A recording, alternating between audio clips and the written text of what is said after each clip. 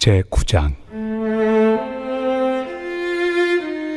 내가 그리스도 안에서 참말을 하고 거짓말을 아니하노라. 나에게 큰 근심이 있는 것과 마음에 그치지 않는 고통이 있는 것을 내 양심이 성령 안에서 나와 더불어 증언하노니, 나의 형제 곧 고륙의 친척을 위하여 내 자신이 저주를 받아 그리스도에게서 끊어질지라도 원하는 바로라. 그들은 이스라엘 사람이라. 그들에게는 양자됨과 영광과 언약들과 율법을 세우신 것과 예배와 약속들이 있고 조상들도 그들의 것이요, 육신으로 하면 그리스도가 그들에게서 나셨으니 그는 만물 위에 계셔서 세세의 찬양을 받으실 하나님이시니라. 아멘. 저는 어릴 때 참 부러운 분들이 계셨습니다. 어떤 분들이냐면, 부잣집이 부러운 게 아니고 부잣집 조금 부러웠지만, 진짜 제가 부러웠던 분들은 이 부모님이 신앙 좋은 분들이 진짜 부러웠어요. 그리고 그 신앙 좋은 부모님들과 함께 교회 다니는 신앙생활하는 그런 친구들이 참 저는 부러웠습니다. 왜냐하면 저희 아버지는 신앙이 없으십니다. 그리고 어머니도 오랫동안 신앙생활을 하지 않으셨다가 최근에 다시 조금씩 신앙생활을 하려고 하세요. 저는 고등학교 때 기독교 동아리에 들어가서 거기서 예수님을 인격적으로 만나게 되었습니다. 기독교 동아리에 들어가게 된 것은 제가 신앙이 있었기 때문이 아니고요. 제가 여러 번 얘기했는데, 기독교 동아리에 들어가면 근처 여자 고등학교의 기독교 동아리와 대면식을 시켜준다 해서 들어가게 되었어요. 유혹에 넘어가서 제가 들어가게 되었는데, 만나긴 만났습니다. 여고생들을. 그런데 만나서 같이 기도하고 같이 예배하는 대면식인지 저는 몰랐어요. 그래서 들어가게 되어서 함께 기도하고 예배하다가 얼떨결에 저를 찾아오신 예수님을 만나게 되었습니다.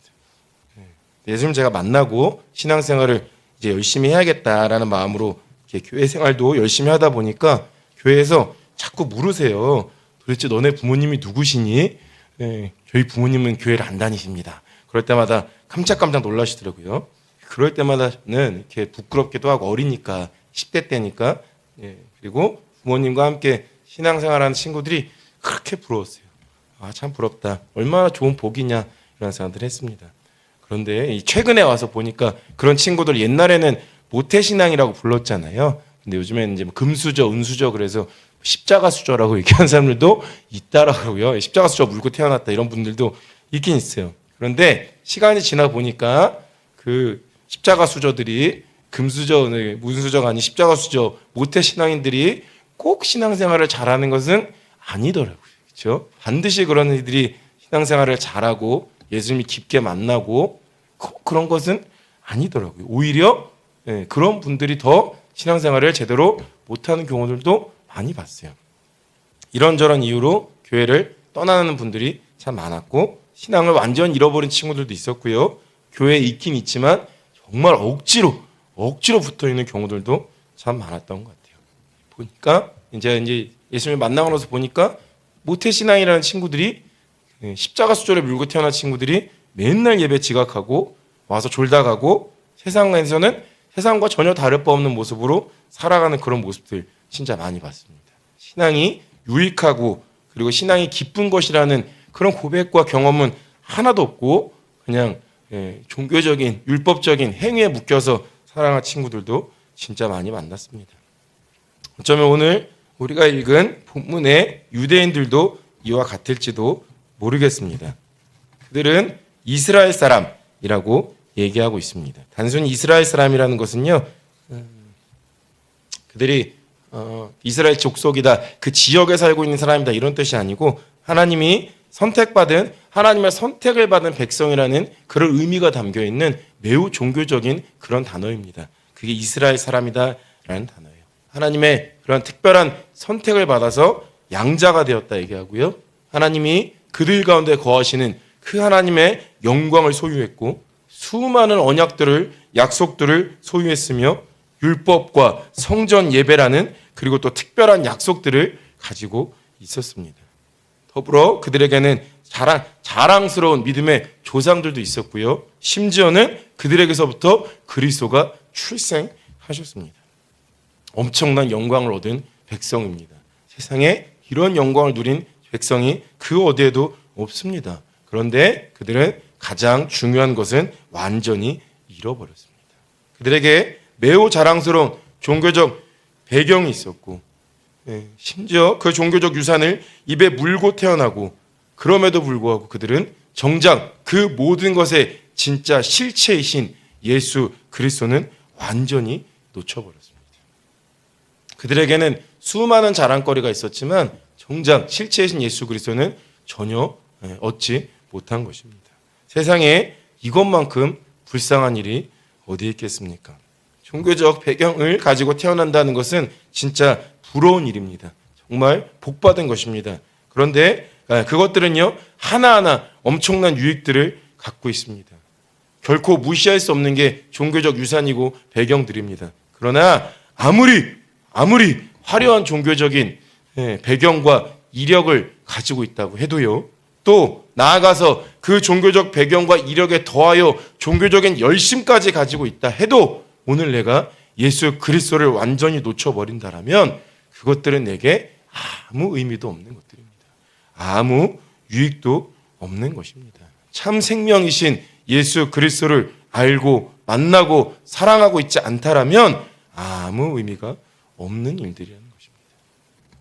저는요, 말씀을 준비하면서 사실 저와 같은 목회자들이야말로 가장 위험한 그런 사람들이다라는 생각을 했습니다.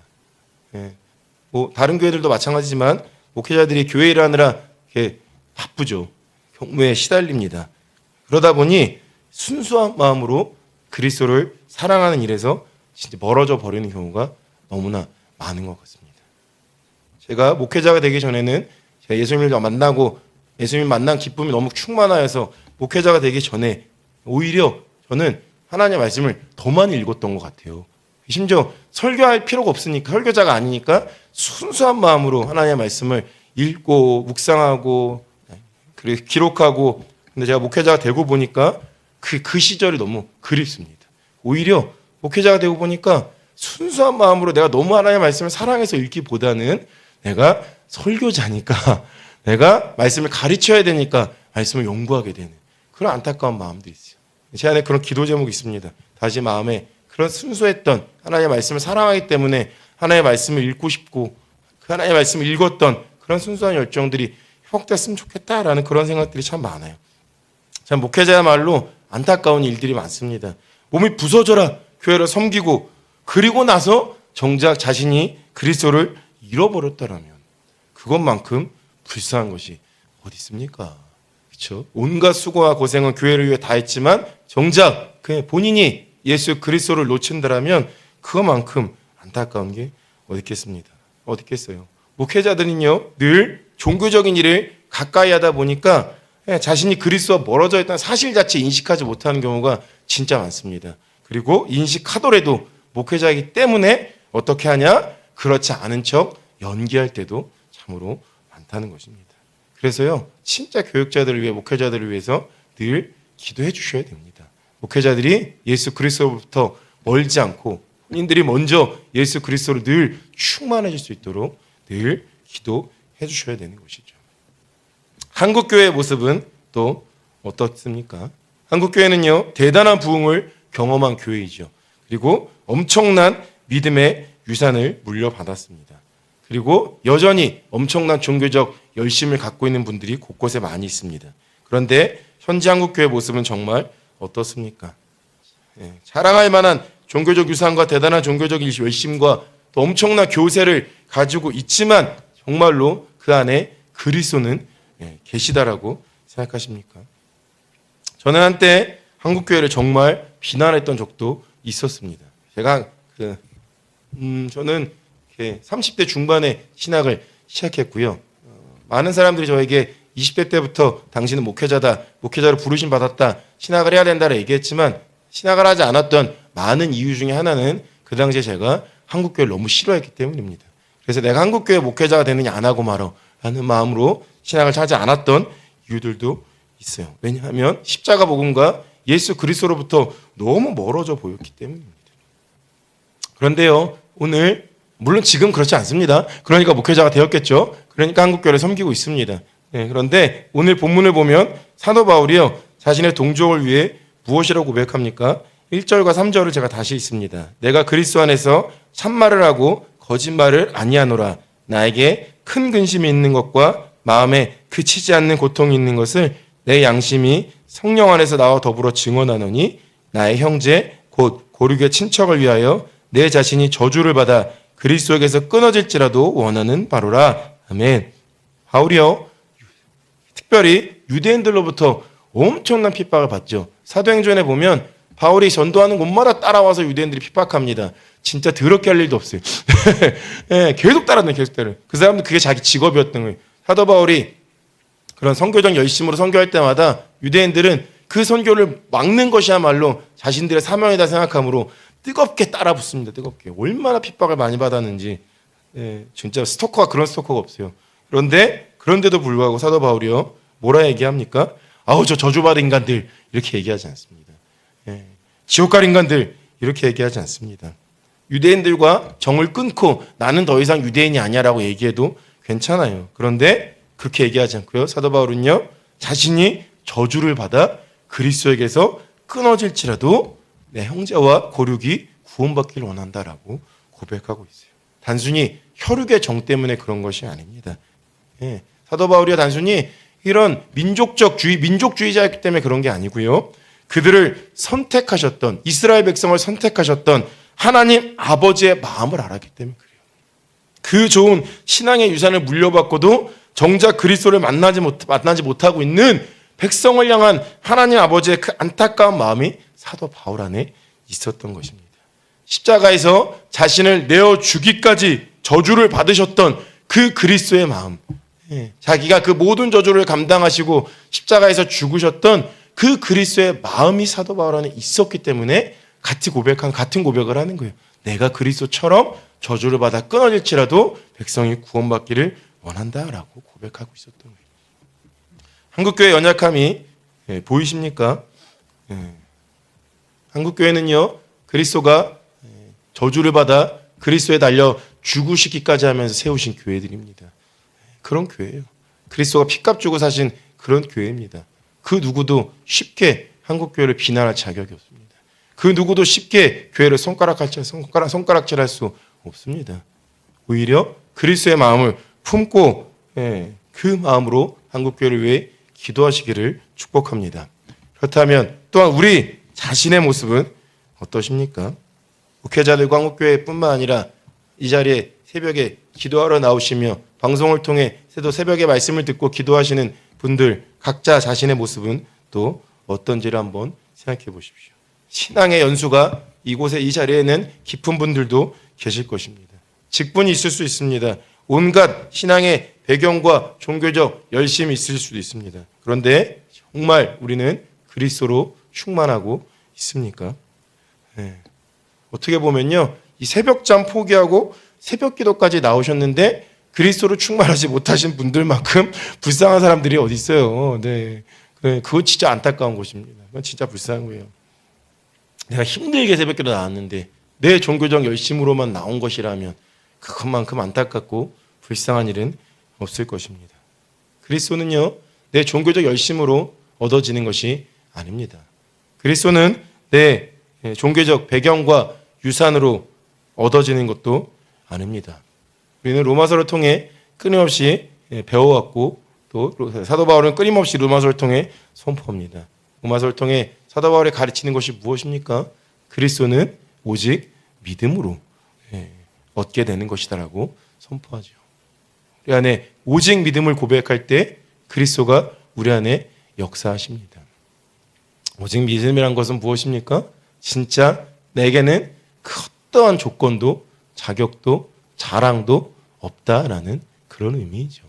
내 힘으로는, 내 능력으로는, 내 의지로는, 내 방법으로는, 내가 가진 인간의 그 어떤 것으로는 도저히 얻을 수 없다. 그런 의미입니다. 인간적 어떤 자랑도 있을 수 없다. 그런 의미이죠. 그렇기 때문에 오직 하나님의 은혜로만, 믿음으로만 그것을 구할 수 있다. 그런 의미입니다. 참 답답한 것은요, 한국교회는 믿음마저도 자랑해요. 나는 믿음이 좋아. 누구는 믿음 되게 좋아. 그 믿음이라는 게 자체가 그 어떤 것도 인간으로서 자랑할 게 없다는 그런 의미입니다. 그런 의미인데 심지어 믿음마저도 자랑하는 인간의 이 진짜 뿌리 깊은 죄성을 볼 때마다 너무나도 참 안타깝죠. 그런 의미 아닙니다. 믿음 좋아 이런 의미 아니고요. 정말로 그리스도밖에는, 내가 믿음으로 밖에는 얻을 수가 없다. 그런 의미입니다. 진짜 믿음 좋은 분은요, 그래서 믿음 좋다라고 칭찬받고 자랑하는 게 아니고 사실은 진짜 겸손한 분이 믿음 좋은 거고요. 진짜 갈급한 마음으로 그리스도께 나오는 분들이 사실은 믿음이 좋은 거예요. 이 새벽에 우리 성도님들은 왜 나오셨습니까? 내가 이 새벽에 깨어서 열심히 기도하면 하나님 내게 복 주시겠지, 그런 마음으로 나오셨습니까? 물론 그럴 수도 있습니다. 그런데 그리스도는 그렇게 얻어지지 않습니다. 그리스도는 진짜 하나님 앞에 내 안에 나는 진짜 어떠한 자격도 조건도 없는 자입니다. 그래서 정말로 그리스도가 필요합니다라고 고백하는 분들께 그리스도가 충만해지는 것입니다. 이 새벽에 우리가요, 그렇게 그 간절한 믿음으로 그리스도를 만나고 그리스도로 충만해지시기를 축복합니다. 그리고 그 충만해진 그리스도로 인하여 한국교회를 위하여 기도하시고 또 목회자들을 위하여 함께 기도해 주시며 또 서풍교회를 위하여 함께 기도하시는 우리 모든 성도님들 되시기를 예수님의 이름으로 축복합니다. 아멘. 기도합니다. 주님 감사합니다.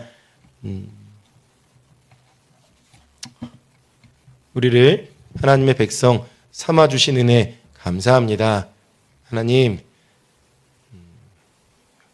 우리에게 귀한 교회를 허락하시며 또한 기도할 수 있는 열심도 주심에 감사합니다. 그런데 우리가 수많은 종교적인 배경과 유산과 종교적 열심으로 가득 차서 그리스도를 놓치지 않게 하여 주시옵소서. 그리고 간절한 마음으로 또한 오직 믿음으로 그리스도를 구하며 그리스도로 충만해질 수 있게 하여 주시옵소서. 하나님, 새벽에 깨어 새벽잠을 깨며 주께 나온 우리 모든 성도님들을 축복합니다. 하나님, 정말로 그리스도를 경험하고 만나고 사랑하고 누릴 수 있게 하여 주시옵소서. 그리하여 하나님, 그 어떤 것보다 가장 우리에게 주고 싶어 하시는 그 놀라운 그리스도라는 보배가 얼마나 놀라운 것인지 충만히 경험하며 그 생명으로 충만해지고 그 그리스도와 깊은 사랑의 관계를 누리는 우리 모든 성도님들 되게 하여 주시옵고, 그 충만함으로 하나님 교회와 또 하나님 이 나라 민족을 위하여 기도하는 우리 모든 성도님들 되게 하여 주시옵소서. 감사하며 예수님의 이름으로 기도합니다. 아멘.